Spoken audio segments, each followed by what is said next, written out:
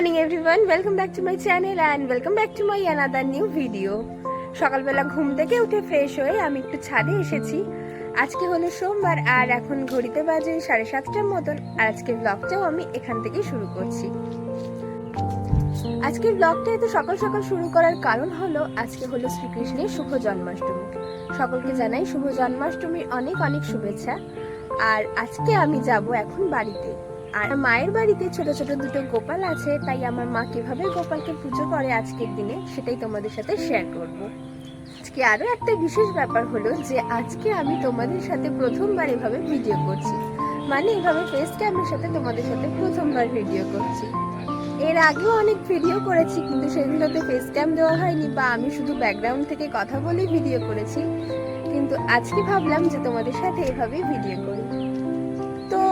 তো এখন 7:30টা যেহেতু বাজে আর রিজুর সাথে আমি বেরোবো। রিজু ওই পথ দিয়েই যাবে ডিউটিতে, তাই ওর সাথে একেবারে চলে যাব। তো চলো বাকি কথা পরে হচ্ছে, তাড়াতাড়ি করে রেডি হয়ে আসি। রেডি হয়ে এসে তোমাদের সাথে আবার কথা বলছি।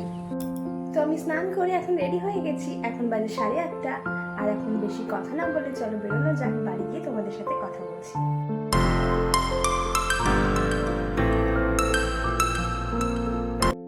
মণিমাকে টাটা করে আমরা বেরিয়ে পড়েছি।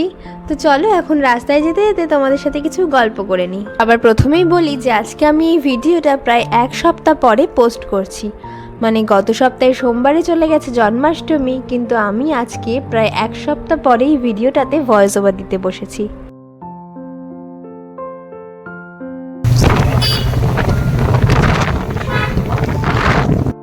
এত দেরি করে ভিডিও পোস্ট করার জন্য আমি সত্যি মন থেকে ভীষণই দুঃখিত, কিন্তু কিছু ব্যক্তিগত ব্যস্ততার কারণে আমি একদমই সময় করে উঠতে পারছিলাম। তো তোমরা একটু প্লিজ মানিয়ে নাও। আর চলো এখন ভিডিওটাকে কন্টিনিউ করি। গল্প করতে করতে বাড়ি এসে গেছি আর বাড়ি এসে দেখি ঠাম্মা দুখানা তাল নিয়ে বসেছে। আজকে মা তার গোপালের সেবায় একটু তালের বড়া দেবে, এখন চলছে তারই প্রিপারেশন। তো সবার আগে আমি আজকে বার্থডে বয়, মানে আজকে যার জন্মদিন তার সাথে একটু দেখা করে আসি, তারপর না হয় বাকি কাজে হাত দেবো। কিন্তু এখানে এসে দেখি বার্থডে বয় এখনো ঘুমোচ্ছে, তার এখনো সকাল হয়নি। তো তারপর একটু গোপালের সাথে দেখা করে আমি চলে এলাম তালটা গুলে নিতে, আর ততক্ষণ ঠাম্মা ওদিকে পুজোটা সেরে নেবে।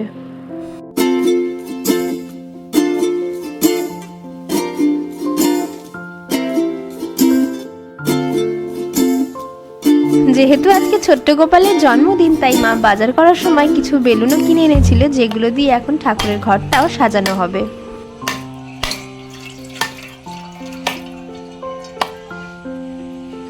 বেলুন দিয়ে ঠাকুরের ঘরটা সাজিয়ে নিয়ে এখন এসেছি একটু মায়ের কাছে।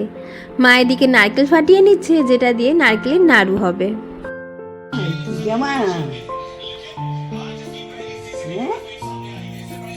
গোপালের পিজামা এনেছে।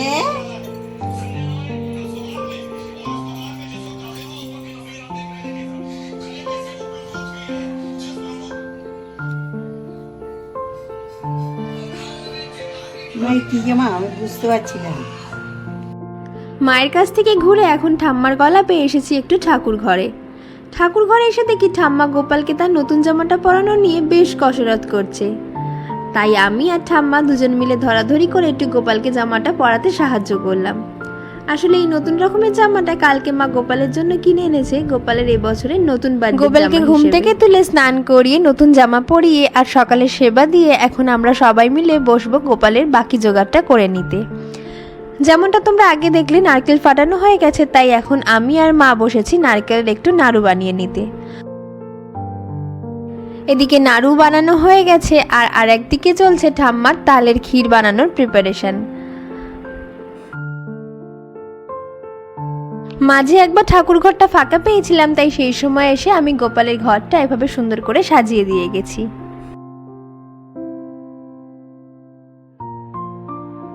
ওদিকে রান্নার জোগাড় করতে করতে ঘড়িতে প্রায় 11:30 মতো বেজে গেছে, তাই মা এখন এসেছে এখানে গোপালের স্নানের জোগাড় করে নিতে। গোপালের রকমারি গয়না গাটি আমাকে এখন সেগুলো মা বের করে করে দেখাচ্ছে। আসলে আমার বিয়ের সময় বেশ কিছু রকমের পাগড়ি মুকুট গোপালের জন্য কেনা হয়েছিল, কিন্তু সেগুলো তো সবার সেই সময় পরে উঠতে পারেনি, বেশ অনেকগুলোই এখনো একদম নতুন আছে। তাই মা এখন ঠিক করেছে এগুলো এই বেলার মধ্যে কিছু পরাবে, সেগুলো এখন বার করে নিচ্ছে। সব গুছিয়ে নিয়ে এরপর বসবে মা গোপালকে স্নান করাতে। এখানে মা ঘি, মধু, দুধ, গঙ্গা জল দিয়ে একটা পঞ্চামৃত তৈরি করে নিচ্ছে, যেটা দিয়ে এখন গোপালকে স্নান করানো হবে। ওদের স্নান হতে হতে বলি যে আমাদের এখানে যে দুখানা গোপাল দেখতে পাচ্ছ, যার মধ্যে এই বড় গোপালটা হলো আমাদের বাড়ির, আর যে ছোট গোপালটা দেখছো সেটা হলো আমার মামার বাড়ির। যেহেতু মামার বাড়িতে দেখাশোনা করার মতন কেউ নেই আর দাদুও অসুস্থতার কারণে মায়ের কাছেই আছে, তাই মা ওই ছোট গোপালটাকেও নিয়ে এসেছে।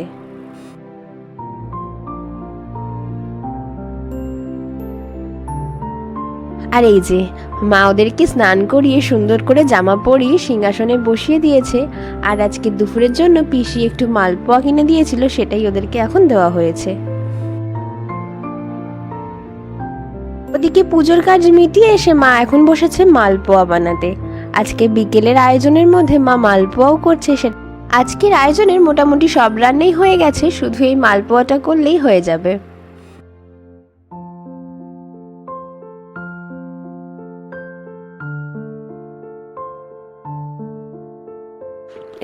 এই হলো আজকের সন্ধ্যায় আমাদের গোপালের জন্য সামান্য কিছু করা আয়োজন। আজকের জন্য কোনো অন্নভোগের আয়োজন করা হয় না, তাই আজকে শুধু এগুলোই করা হয়েছে। কিন্তু আগামীকাল মানে নন্দ উৎসবের দিন মা গোপালকে অন্নভোগ করে দেয়। রান্নার জোগাড় তো সব শেষ, তো এখন আমার ঠাম্মা বসবে পুজোতে। আমাদের বাড়িতে প্রত্যেকবার জন্মাষ্টমীর পুজো আমার ঠাম্মাই করে।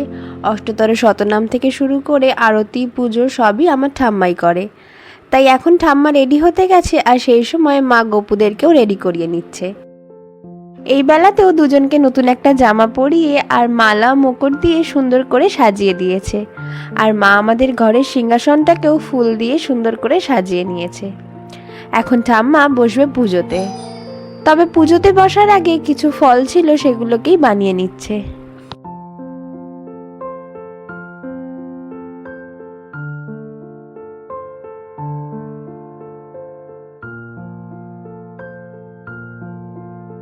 ফল থেকে শুরু করে এখানে মোটামুটি সমস্ত জোগাড়ই হয়ে গেছে, আর আমরাও রেডি হয়ে গেছি। তবে পুজোতে বসার আগে এখন যাব একটু মনসা মন্দিরে।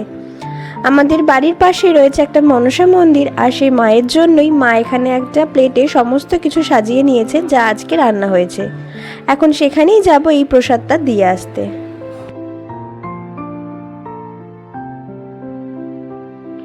চলে এসেছি আমরা মায়ের মন্দিরে। এই হলো মায়ের অপূর্ব সুন্দর মূর্তিটি। মায়ের এই মূর্তিটি ঠিক যতটা সুন্দর, মা এখানে ঠিক ততটাই জাগ্রত। আর ঠিক সেই কারণেই আমার মা একা এই মন্দিরটাতে কখনোই আসতে পারে না। এই মন্দিরটা হলো আমাদের পাশের বাড়ির এক জেঠুর, আর তাই সেই জেঠিমাকেই সাথে করে আজ নিয়ে এসেছে। মন্দির থেকে পুজো দিয়ে বাড়ি ফেরার পথে আমাদের বাড়ির এই ধুতরো ফুল গাছের ফুলটা দেখে মা বললে একটা ছবি তুলে নে, তাই ছবি তুলে তোমাদেরকে একটু দেখালাম। এরপর বাড়ি ফিরে ঠাম্মার হাত দিয়ে শুরু হলো আজকে জন্মাষ্টমীর পুজো।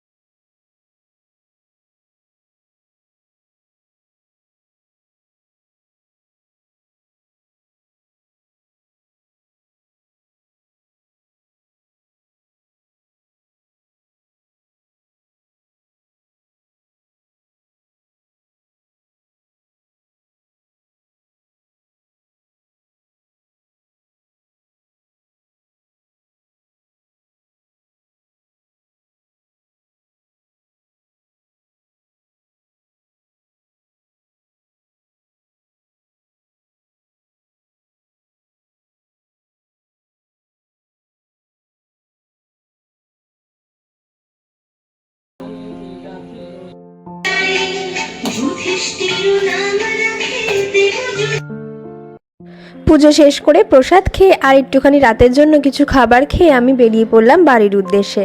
কারণ কালকে সকালে আবার আসতে হবে, যেহেতু মা নন্দোৎসবের আয়োজন করেছে, তাই কালকেও একটু সকাল সকালই আসবো।